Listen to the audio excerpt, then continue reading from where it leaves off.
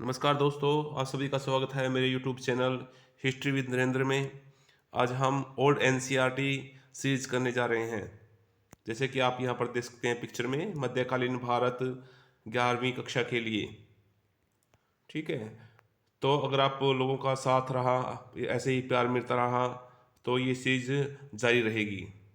और इस जो एनसीआर ओल्ड एनसीईआरटी में जो अध्याय दिए गए हैं वो है अध्याय 1 भारत और बाहरी दुनिया, अध्याय 2 उत्तर भारत, 3 साम्राज्यों का काल, तीसरा चैप्टर है यहाँ चोल साम्राज्य 9वीं से 12वीं सदी।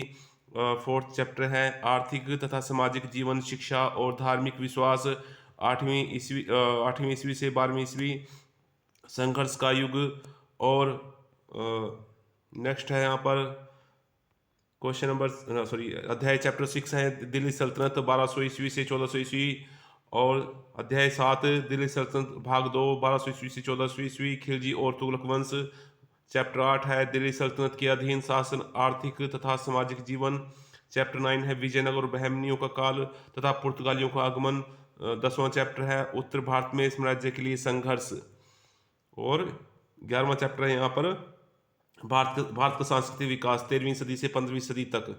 और 12वां अध्याय है उत्तर भारत में साम्राज्यों के लिए संघर्ष, मुगल साम्राज्य की स्थापना। नेक्स्ट है 13वां चैप्टर मुगल साम्राज्य का दृढ़ीकरण, अकबर का काल। 14वां अध्याय है अकबर और दक्षिण भारत। 15वां चैप्टर है 17वीं सदी के पूर्वार्ध में भारत। 16वां चैप्टर है मुगलों के अधीन आर्थिक तथा सामाजिक जीवन। 17वां चैप्टर है सांस्कृतिक और धार्मिक गतिविधियां। 18वां चैप्टर है मुगल साम्राज्य का चरमोत्कर्ष और विघटन। 19वां चैप्टर है मुगल साम्राज्य का चरमोत्कर्ष और विघटन। 20वां चैप्टर है मूल्यांकन और समीक्षा। तो आप, अगर आपका प्यार बना रहा तो जो वीडियो है ऐसे ही बनती रहेंगी, एक के बाद एक चैप्टर पर।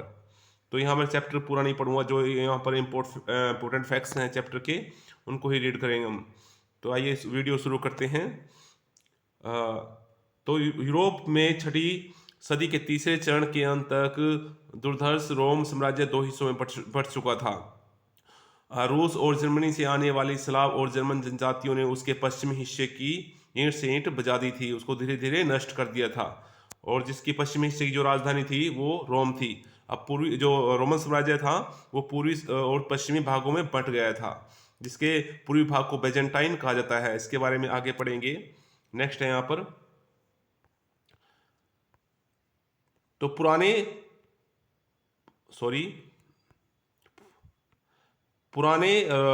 रोम साम्राज्य के पूर्वी हिस्से की राजधानी कुस्तुनतुनिया इस्तांबुल थी। जैसे कि आप जानते हैं कि कुस्तुनतुनिया की जो स्थापना है वो रोम सम्राट कॉन्स्टेंटाइन ने की थी, जिन्होंने सोने के सिक्के सोलिडस चलाए थे। साम्राज्य के इस हिस्से में अधिकांश पूर्वी यूरोप और साथ ही तुर्की, सीरिया, उत्तर अफ्रीका शामिल थे। इसे बेजेंटाइन या बेजंतिया साम्राज्य कहा जाता था। नेक्स्ट है यहाँ पर, पश्चिम में कैथोलिक गिरजा संगठन का जो मुख्यालय था वो रोम में था, और पूर्वी हिस्से में गिरजा संगठन यूनानी रूढ़िवादी गिरजा संगठन कहा जाता था। नेक्स्ट पेज पे आ गए हम यहाँ पर। आखिरी 15वीं सदी के मध्य में जब तुर्की ने कुस्तुनतुनिया को जीता, तो तुर्कों ने कुस्तुनतुनिया को 1453 में जीता, जिससे कि भारत और यूरोप का जो व्यापार है वो बाधित हो गया। और इस साम्राज्य का जो अंत है, जो पूर्वी साम्राज्य जो बेजेंटाइन साम्राज्य था उसका भी अंत हो गया था। आगे पश्चिम में रोम साम्राज्य के पतन के बाद कई सदियों के लिए पश्चिमी यूरोप में नगरों का अस्तित्व लगभग समाप्त हो गया और विदेशी व्यापार तथा आंतरिक वाणिज्य को गहरा धक्का लगा। आधुनिक इतिहासकार पश्चिमी यूरोप के इस काल को अंधयुग या डार्क एज कहते हैं, जिसमें क्या नगरों का पतन हुआ, जो व्यापार वो बाधित हुआ। नेक्स्ट यहाँ पर जो पॉइंट दिया हुआ है साम्यवाद का उदय। रोम साम्राज्य के विघटन के बाद पश्चिमी यूरोप में एक नए प्रकार के समाज और नई शासन व्यवस्था का उद्भव हुआ, जिसको हम सामंतवाद के नाम से जानते हैं। ठीक है, तो इस नवोदित व्यवस्था को फ्यूडलिज्म या सामंतवाद कहते हैं। फ्यूडलिज्म शब्द जो फ्यूड शब्द है वो लैटिन भाषा का है, जिसका अर्थ होता है फीप या जागीर। इस समाज में सबसे शक्तिशाली वे सरदार थे जो अपनी सैनिक शक्ति के बल पर बहुत बड़े क्षेत्रों पर हावी थे और जिनकी शासन में महत्वपूर्ण भूमिका थी। तो जिनका पद था वो राजा के लगभग समान होता था। धीरे धीरे उनमें से बहुत सारे शक्तिशाली हो गए, उन्होंने अपने नए जो राज्य हैं वो स्थापित कर लिए थे। नेक्स्ट है यहाँ पर, तो जो सामंतवाद की विशेषता है उसमें से एक विशेषता है कि उसमें जो सिर्फ जो कृषक दास थे उनका उदय होता है। कृषक दास भूमि को कोड़ने कमाने का काम करते थे और उसे न तो अपना पेशा बदलने की छूट थी और न ही अन्यत्र जा कर बसने की सुविधा थी। वह अपने प्रभु लॉर्ड की इजाजत के बिना शादी भी नहीं कर सकता था। तो ये दूसरी व्यवस्था यहाँ पर मेनर की व्यवस्था, एक होगी कृषक दास और मेनर की व्यवस्था। तो मेनर वह इमारत या दुर्ग होता था जहाँ पर लॉर्ड रहता था। ये चीज़ें आज की जो प्रेजेंट में एनसीईआरटी है वहाँ पर भी एक चैप्टर है 6 3 वर्ग, वहाँ पर भी ये चीज़ें दी गई हैं। तो नेक्स्ट जो पॉइंट है इस पेज पे वो है यूरोप में सामंती व्यवस्था की दूसरी व्यवस्था क्या थी? सैनिक संगठन की प्रणाली थी। सामंती व्यवस्था का सबसे ज्वलंत प्रतीक घोड़े पर सवार वीर योद्धा नाइट था। तो एक लॉर्ड के पास अपनी एक सेना होती थी, घुड़सवार सेना, जिसको नाइट कहते थे। तो नाइट्स को जो लॉर्ड्स थे वो वेतन नहीं देते थे, उनके बदले वो उनको फीप देते थे। फीप एक प्रकार की जमीन होती थी और उस जमीन से मिलने वाला राजस्व उस नाइट का, उस योद्धा का वेतन होता था। नेक्स्ट है यहाँ पर, नेक्स्ट पेज पे आ गए हम, रकाब। तो रकाब एक वर्ड है, कई बार वोकैबुलरी से संबंधित क्वेश्चन है जो पूछे जाते हैं। रकाब क्या होता है? घोड़े पर जो घुड़सवार को बैठने की जो सीट्स होती है उसको बोलते हैं रकाब। ठीक है, तो इससे क्या है, घुड़सवार आराम से घोड़े पर बैठ सकता था और अपने आप को संभाल सकता था। इसके अलावा रकाब में पैर फंसाकर सैनिक भाले को ठीक से संभाल कर तेजी से हमला कर सकता था। घोड़े को चाहे जितना दौड़ाया जाए उसके गिरने का डर बहुत कम रहता था। नेक्स्ट है यहाँ पर, अगले पेज पे आ गए हम। नेक्स्ट पेज में है अरब संसार। तो अरब है, अरब के उदय ने परस्पर संघर्ष अरब कबीलों को, जो उस समय का इस्लाम से पहले जो अरब था वो कबीलों में बटा हुआ था। जैसे कि एनसीईआरटी प्रेजेंट है उसमें बताया गया है कि हर कबीले का अपना एक सरदार होता था जिसको हम शेख बोलते थे। तो जैसे ही इस्लाम का उदय हो तो सब सारे के सारे जो अरब कबीले थे वो एक सूत्र में उनको बांध लिया गया। प्रारंभिक खलीफे, जो 4 खलीफे फिर अबू बकर, उमर, उस्मान, अली के द्वारा स्थापित अरब साम्राज्य में अरब देश, इसके अलावा सीरिया, इराक, ईरान, मिस्र, उत्तर अमेरिका, स्पेन में शामिल हो गया था। तो 4 खलीफे, उसके बाद उम्मद वंश की स्थापना होती है 661 ईस्वी में और उनकी राजधानी दमिश्क थी। और मुआविया ने क्या किया था, उसने जो फारसी राज दरबार की परंपराएं थी या फिर उस समय जो बैजेंटाइन साम्राज्य की दरबार की जो रस्में थी उनको अपना लिया था। और उसके बाद उमैयद वंश के बाद जो है अब्बासी वंश इस्लामिक साम्राज्य में सत्ता में आता है। आगे इस चैप्टर में बताया भी गया है। तो अरब कबीलों के बीच आंतरिक कलह और गृह युद्ध के बाद 8वीं सदी के मध्य में अब्बासियों ने बगदाद में खलीफा का पद प्राप्त कर लिया था। तो मुआविया ने 661 से जो प्रथम शासक थे उमैयद वंश के, तो उन्होंने उमैयद वंश ने 661 से लेकर के 750 ईस्वी तक शासन किया। उसके बाद जो बगदाद में एक नए अब्बासी वंश का उदय होता है तो उन्होंने बगदाद को अपनी राजधानी बनाई। तो अब्बासियों का दावा था कि वे उसी कबीले के हैं जिनमें हजरत मोहम्मद का जन्म हुआ था, इसलिए वे पाक हैं। पाक का मतलब शुद्ध हैं, पवित्र हैं। कोई 150 वर्ष तक अब्बासियों ने शासन किया था। नेक्स्ट है यहाँ पर, तो इस काल में क्या हुआ, जो उमैयद वंश था, उमैयद वंश की जो उमैयद वंश में अल-मामून और हारून, अब्बासी जो मुख्य है उनमें जो खलीफे हुए थे अल-मामून और हारून अल रशीद। आरंभिक काल में अरबों ने अपने जीते हुए प्राचीन सभ्यता वाले देशों के ज्ञान, विज्ञान और प्रशासनिक कौशल को ग्रहण करने की उल्लेखनीय क्षमता का परिचय दिया। तो उन्हें ऐसा नहीं है कि उन पर सिर्फ जो जीते हुए क्षेत्र थे उन पर अपना शासन किया, बल्कि अपने विजित प्रदेशों से उन्होंने कुछ चीज़ें भी सीखी। जैसे कि उन्होंने बताया कि उदाहरण के लिए उन्होंने प्रशासन के संचालन के लिए ईसाइयों, यहूदियों, गैर अरबों, खासकर ईरानियों को उनकी सेवाओं का उपयोग किया। उन्होंने ईरानी अधिकारियों में कई जरथुस्त्री और बौद्ध धर्म के अनुयायी थे। तो उनके जो अब्बासी खलीफा के दरबार में ईरानी और बौद्ध धर्म के जो लोग थे वो भी अधिकारी थे। आगे हैं अब्बासी खलीफे, हालांकि क्या थे भाई, वो कट्टर मुसलमान थे। ये अभी कथन जो कांड वाले क्वेश्चन होते हैं उनमें इस तरह के क्वेश्चन पूछे जाते हैं कि अब्बासी, जैसे दे दिया कथन, अब्बासी खलीफे कट्टर मुसलमान थे। अभी कांड दे दिया, उन्होंने हर तरह के ज्ञान विज्ञान के लिए अपने दरवाजे खोल दिए। तो दोनों बातें हम देखो मिलती नहीं है, आपस में विपरीत हैं, परंतु एक क्या है, दोनों बातें सही हैं, परंतु एक दूसरे की जो व्याख्या है वो नहीं करती है यहाँ पर आपको ये चीज़ें ध्यान रखनी चाहिए। नेट, अगर आप नेट की तैयारी कर रहे हैं, असिस्टेंट प्रोफेसर की तैयारी कर रहे हैं, तो इस तरह के जो सवाल हैं वो एग्जाम में पूछे जाते हैं। तो अगर आप चैनल पर नए हैं तो चैनल को सब्सक्राइब करें ताकि मेरा हौसला बढ़ता रहे और मैं आगे आपके लिए नई नई वीडियो इस तरह की लाता रहूं। नेक्स्ट है यहाँ पर खलीफा अल ममून ने यूनानी, बैजंताई, मिस्र, ईरानी, भारतीय इन विभिन्न सभ्यताओं के ज्ञान विज्ञान का अरबी भाषा में अनुवाद करने के लिए बगदाद में बैत उल हिकमत ज्ञान ग्रह की स्थापना की थी। इसके बाद यहाँ पर दिया गया है चीन द्वारा, आप सभी को पता है कि जो चीन का जो कागज का आविष्कार है या बारूद का आविष्कार है वो चीन में हुआ था। तो चीन द्वारा आविष्कृत कंपास, कागज, छपाई, बारूद, यहाँ तक कि अदना से ठेला जो गाड़ी थी, है ना, इस काल में अरब संसार से होते हुए यूरोप पहुंची। तो ये चीजें पहले यूरोप में अरब में आई, फिर वो यूरोप में पहुंची। प्रसिद्ध वेनेशियाई मार्को पोलो, तो ये क्या, वेनियसी मतलब ये इटली का निवासी था मार्को पोलो ने। तो क्या किया, वो चीन की यात्रा की थी, किस कारण से, इस उद्देश्य से की थी कि इन चीजों के बारे में अधिक जानकारी प्राप्त करे और चीन के साथ यूरोप के व्यापार पर अरबों के अधिकार को समाप्त कर सके। अगर आप पूरा चैप्टर पढ़ना चाहते हैं तो वो भी आप पढ़ सकते हैं। यदि आधुनिक गणित का आधार, ये इंपॉर्टेंट चीज है यहाँ पर, आधुनिक गणित का आधार दशमलव प्रणाली का जो ज्ञान है, जो भारत में आप जानते हैं कि दशमलव प्रणाली की जो खोज है वो भारत में हुई थी।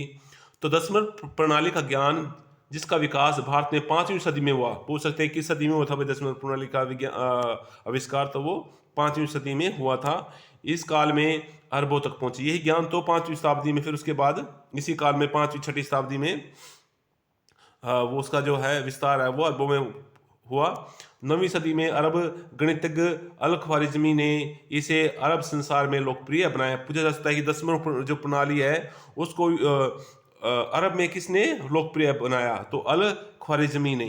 12वीं सदी में अल बेराड, ये बड़ा इंपॉर्टेंट है यहाँ पर, अबेलार्ड नामक एक ईसाई मठवासी के माध्यम से यह ज्ञान यूरोप में पहुंचा। पूछ सकते हैं कि दशमलव प्रणाली का जो ज्ञान है यूरोप में कैसे पहुंचा, किसने यूरोप में ज्ञान कौन लाई, तो अबेलार्ड, जहां अब अरब अंकपत्ति के रूप में विख्यात हुआ।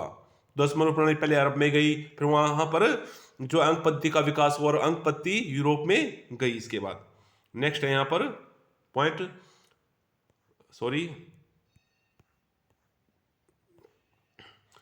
तो पूर्व तथा दक्षिण पूर्व एशिया। तो तांग शासन के, तांग जो है वो चीन में एक राजवंश था। तांग शासन के अधीन 8वीं और 9वीं सदियों में चीन समाज और वहां की संस्कृति प्रगति के चरमोत्कर्ष पर थी। तोंग शासक को पूछा जा सकता है कि 8वीं 9वीं सदी में चीन में कौन सा वंश शासन कर रहा था, तो तांग वंश शासन कर रहा था। तो तांग शासकों ने मध्य एशिया में सिक्योंग के बहुत बड़े हिस्सों पर, जिनमें काशगर भी शामिल था, अपना प्रभुत्व स्थापित कर लिया था। इसे तथाकथित रेशम मार्ग से जमीन के रास्ते होने वाले व्यापार में काफी बढ़ोतरी हुई। इसके बाद क्या हुआ, अरब, ईरानी, भारतीय व्यापारी समुद्र मार्ग से चीन पहुंचकर कैंटन में बस जाते थे और अपना कारोबार चलाते थे। 9वीं सदी के मध्य में तांग साम्राज्य का पतन आरंभ हो गया, जिसका उदय 8वीं शताब्दी में हुआ था। 10वीं सदी में उसका स्थान सुंग वंश ले लिया। तांग वंश के बाद कौन सा वंश आया, सुंग वंश। कौन सी शताब्दी में, 10वीं शताब्दी में। तो लगभग 200 साल तक 100 साल तक चीन पर शासन करने के पश्चात इस शासन का क्या हुआ, अंत हो गया था। चीनी शासन तंत्र की बढ़ती हुई कमजोरी से फायदा उठाकर 13वीं सदी में मंगोलों ने इस देश को जीत लिया। पूछ सकते हैं कि चीन को मंगोलों ने कब जीत लिया, 13वीं शताब्दी में। तो चीन प्रशासन करने वाला, यहाँ पर ये पॉइंट याद रखने योग्य है, चीन के मंगोलों शासकों में सबसे अधिक विख्यात कौन था? कुबलाई खां था। और विनीशियाई जो यात्री है मार्को पोलो ने उसके दरबार में कुछ समय बताया था। जो इटली का मार्को पोलो था वो मंगोल शासक कुबलाई खां के दरबार में आया था। किस उद्देश्य से आया था? ताकि वो जो ज्ञान है, बारूद कैसे हुआ, कागज का आविष्कार कैसे हुआ, जो ठेला गाड़ी है वो कैसे बनती है, इस तरह की जो बातों का ज्ञान प्राप्त करने के लिए मार्को पोलो चीन की यात्रा पर गया था। तो उसने इस दरबार का बहुत संजीव वर्णन किया है। मार्को पोलो समुद्री मार्ग से इटली लौटा। पूछ सकते हैं कि जो मार्को पोलो है वो वापस इटली किस रास्ते से लौटा था? समुद्री रास्ते से, स्थलीय मार्ग से? तो रास्ते में वह भारत के मालाबार क्षेत्र में भी आया। जैसा कि आप सब जानते हैं कि उस समय वहां पर पांड्य राजवंश शासन कर रहा था। तो नेक्स्ट जो बात है यहाँ पर वो है दक्षिण पूर्व एशियाई। तो दक्षिण पूर्व एशियाई में दो सर्वाधिकशाली राज्यों का बोलबाला था उस समय। उनमें से एक था शैलेंद्र साम्राज्य और दूसरा था कंबोज साम्राज्य। शैलेंद्र साम्राज्य का उदय 7वीं सदी में मुख्य रूप से श्री विजय साम्राज्य के भग्नावशेषों पर हुआ था। यह साम्राज्य 10वीं सदी तक कायम रहा। अपने चरमोत्कर्ष काल में सुमात्रा, जावा, मलय, प्रायद्वीप, सियाम, आधुनिक थाईलैंड। पूछ सकते हैं कि थाईलैंड का प्राचीन नाम क्या था? तो सियाम। यहाँ तक कि फिलीपींस के कुछ हिस्से इसमें शामिल थे। किसमें? वो ये शैलेंद्र साम्राज्य में। 9वीं सदी के एक अरब लेखक के अनुसार यह साम्राज्य इतना विशाल था कि तेज से तेज चलने वाला समुद्री जो जहाज था वो भी 2 साल तक इसका चक्कर मुश्किल से लगा सकता था। 2 साल के अंदर भी उसका चक्कर नहीं लगा सकता था। आगे क्या है? तो कंबोज साम्राज्य कंबोडिया और अन्नान में फैला हुआ था। यहाँ पहले हिंदू संस्कृति के रंग में रंगा फुनान राज्य था। कंबोज साम्राज्य 15वीं सदी तक कायम रहा। कंबोडिया में आप सभी जानते हैं कंबोडिया में अंकोर वाट मंदिर है जो कि भगवान विष्णु को समर्पित है। और इस मंदिर की विशेषता है कि इसमें रामायण और महाभारत के दृश्य अंकित किए गए हैं। और मंदिर समूह बाहरी दुनिया के लिए विस्मित हो गया। वो एक समय ऐसा आ गया था कि यहाँ पर दिया गया है कि यह मंदिर बाहरी दुनिया के लिए विस्मित मतलब ओझल हो गया, गायब हो गया। और यहाँ पर जंगल उगाए। जब वहाँ पर फ्रांसीसी पहुंचे तो उन्होंने उनको खोज निकाला था। पूछ सकते हैं कि कौन सी यूरोपीय शक्ति ने अंकोर वाट के मंदिरों की खोज की थी? तो वो फ्रांसीसी थे। नेक्स्ट है यहाँ पर, इस प्रकार पश्चिमी दुनिया, दक्षिण पूर्वी एशिया, चीन, मेडागास्कर, अफ्रीका के पूर्वी तट के देशों के साथ भारत का घनिष्ठ व्यापारिक और सांस्कृतिक संबंध था। दक्षिण पूर्वी एशिया के विभिन्न देशों ने भारत और बाहरी दुनिया तथा चीन के बीच व्यापारिक एवं सांस्कृतिक संपर्कों के सेतु का काम किया। यद्यपि इन